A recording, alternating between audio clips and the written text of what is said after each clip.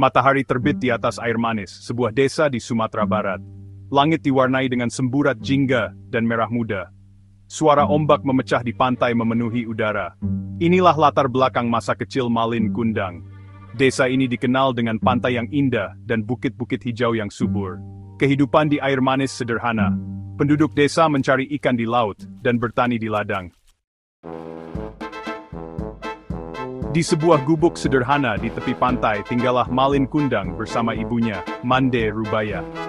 Mande Rubaya adalah seorang wanita yang penyayang dan pekerja keras. Ia membesarkan Malin sendirian, memberinya kasih sayang dan pelajaran hidup. Malin, saat kecil, dikenal karena kebaikan dan kepatuhannya. Dia membantu ibunya dengan pekerjaan rumah dan sering menemaninya ke pasar. Mereka memiliki ikatan yang kuat, saling menghibur dan menguatkan. Seiring bertambahnya usia, Malin mendambakan kehidupan yang lebih baik. Dia bermimpi untuk keluar dari kemiskinan dan membawa kemakmuran bagi ibunya. Suatu hari, sebuah kapal dagang yang kaya berlabuh di air manis. Malin melihat ini sebagai kesempatannya untuk mengubah nasib mereka.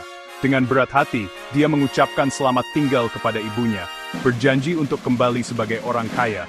Mande Rubaya, meskipun patah hati, menyemangati putranya. Hatinya dipenuhi harapan dan ketakutan. Tahun demi tahun berlalu hingga 1 dekade. Kapal Malin berlayar mengarungi lautan, membawanya ke negeri yang jauh. Dia belajar berdagang, kekayaannya bertambah dengan setiap pelayaran yang sukses. Dia mengumpulkan banyak kekayaan, menikahi putri cantik dari seorang pedagang kaya. Hidup Malin sangat baik, namun kekayaan perlahan mengubahnya. Dia melupakan kesulitan masa lalunya dan pengorbanan ibunya. Hatinya, yang dulu penuh cinta dan syukur, menjadi dingin karena kesombongan. Bagian 5, permohonan seorang ibu tak dikenali di negeri jauh. Kabar tentang kesuksesan putranya sampai ke telinga Mande Rubaya. Dengan gembira, ia menantikan kepulangannya. Setiap hari ia berdiri di pantai, hatinya penuh kerinduan. Akhirnya sebuah kapal megah tiba di air manis. Mande Rubaya bergegas ke arah kapal itu, mengenali tanda yang dulu digambar Malin di gubuk mereka. Di geladak berdiri Malin, kini seorang pria yang berkuasa. Tapi mata putranya tak menunjukkan tanda mengenalinya. Wajahnya dipenuhi rasa jijik. Bagian 6, beban penyangkalan. Hati Malin menjadi batu.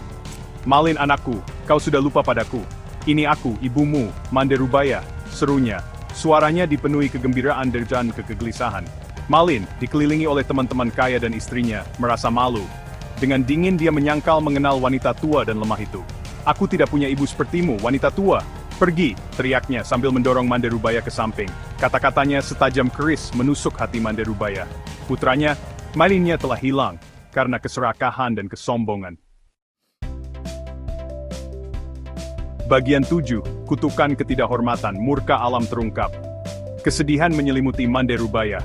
Air mata mengalir di wajahnya saat ia mengangkat tangannya yang renta ke langit. Ya Tuhan, jika dia bukan anakku, ampunilah dia. Tetapi jika dia adalah anak yang kubesarkan, Malin yang kukenal, aku mengutuknya menjadi batu. Langit menjadi gelap, guntur menggelegar, mengguncang dasar air manis. Badai dahsyat meletus, menggulung laut menjadi ganas.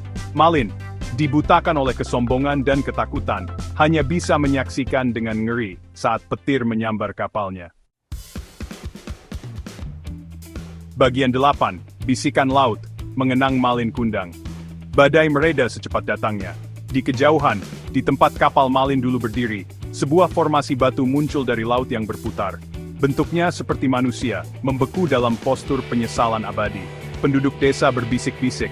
Legenda Malin Kundang diwariskan turun-temurun. Dia menjadi simbol dari akibat buruk dari ketidakhormatan dan kekuatan abadi cinta seorang ibu. Bagian 9, pelajaran terukir di batu. Kerendahan hati, hormat, dan kejujuran. Kisah Malin Kundang berfungsi sebagai pengingat yang nyata tentang pentingnya kerendahan hati, hormat kepada orang tua, dan kejujuran. Keinginan Malin untuk kehidupan yang lebih baik tidaklah salah, tetapi perubahannya karena kekayaan dan penyangkalannya terhadap asal-usulnya menyebabkan kejatuhannya. Kisah ini mengingatkan kita bahwa sejauh manapun kita pergi atau sesukses apapun kita tidak boleh melupakan asal-usul kita, pengorbanan yang telah dilakukan untuk kita, dan nilai-nilai yang ditanamkan dalam diri kita. Ini menekankan bahwa kekayaan sejati bukanlah terletak pada harta benda, tetapi pada cinta dan rasa hormat yang kita berikan dan terima.